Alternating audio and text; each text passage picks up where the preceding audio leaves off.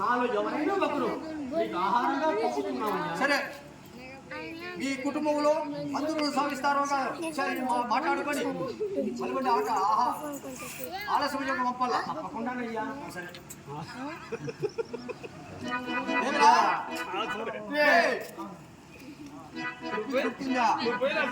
నువ్వు పోతా ముందు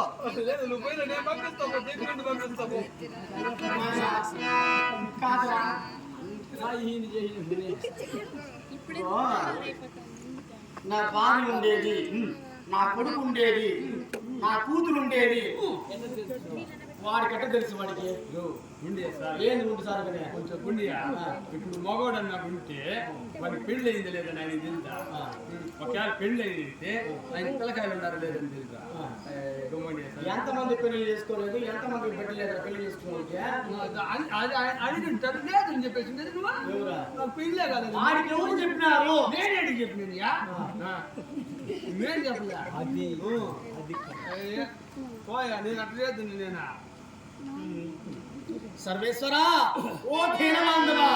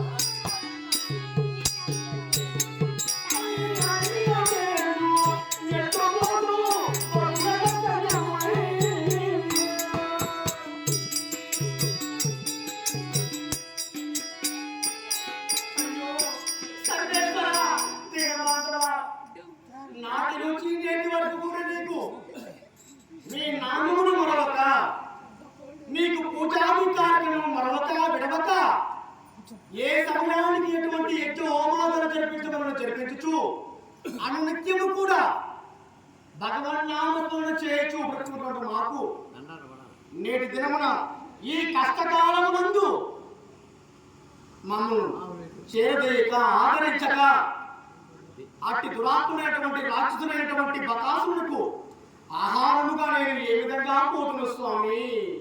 అయ్యో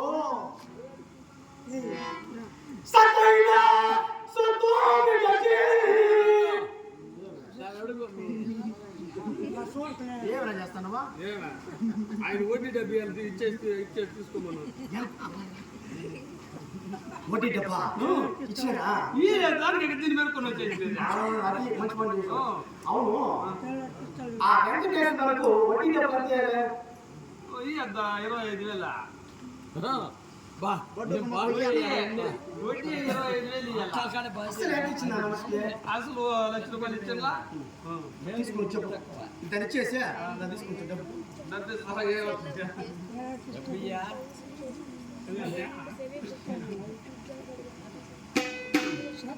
కానీ